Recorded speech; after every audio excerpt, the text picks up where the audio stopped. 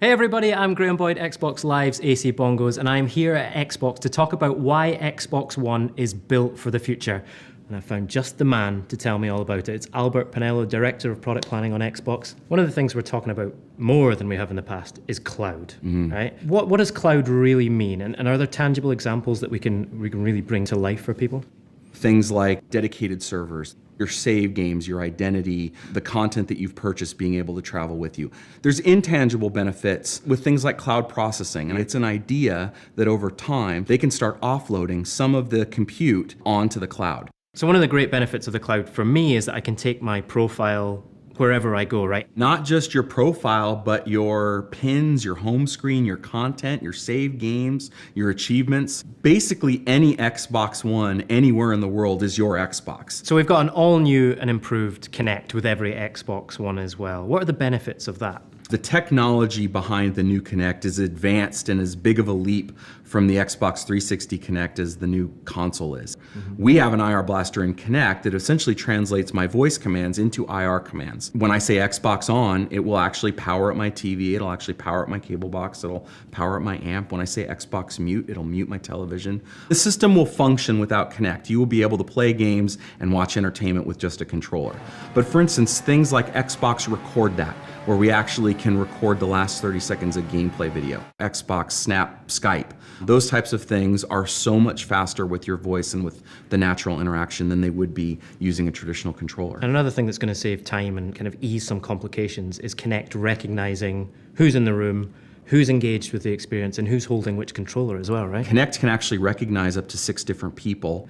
And because we have an array microphone, we can actually zoom in on who's talking and just listen to those commands. And since it knows what controller you're holding, you don't have to worry about, am I player 1 or I'm player 2? We can switch controllers in the middle of the game and still be playing the same character. Kinect is really the thing that makes every Xbox your Xbox. So the features of Smart Glass that people are used to using on Xbox 360 are still there, but there's also a bunch of new stuff, right? There's really 3 things that we think about with Smart Glass. We think about discovery, the ability to look at content across the platform, pin it on the go, and then have it be available on my Xbox when I get home. Look at your game DVR clips, being able to check achievements. You can browse the entire catalog of games and entertainment on Xbox One on Smart Glass. There's also control. You can navigate the dash, you can navigate your Blu-ray movies. And then finally, the thing that a lot of gamers will use, which is the interaction between the games. And the 2 that really strike me as pushing the envelope of Smart Glass from a gaming perspective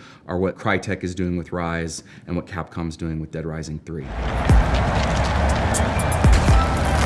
The way that we're integrating Smart Glass into gameplay is with taking the entire user interface of the game and then letting you use it on the go. With our features like Timeline and the multiplayer challenge, you can sit on the bus, browse through that stuff, see exactly where your friends are, get their details, set up a new match for us to play that night.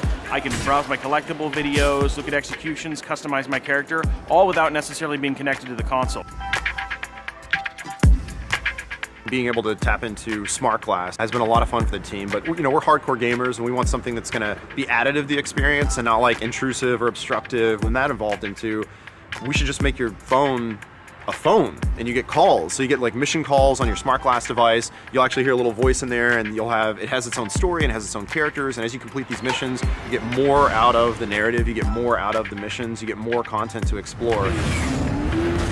Being built for the future is one of the principles that we had when we built the Xbox One platform.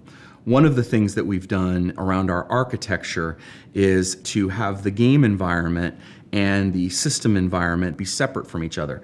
And we wanted to build a system that preserved the best of console gaming so that developers can write to the metal, they can continue to optimize, they can continue to build better looking games, better playing games over time, and also have this part of the system reserved for the future. It doesn't take away from games. It allows you to have things accessible instantly and running in the background.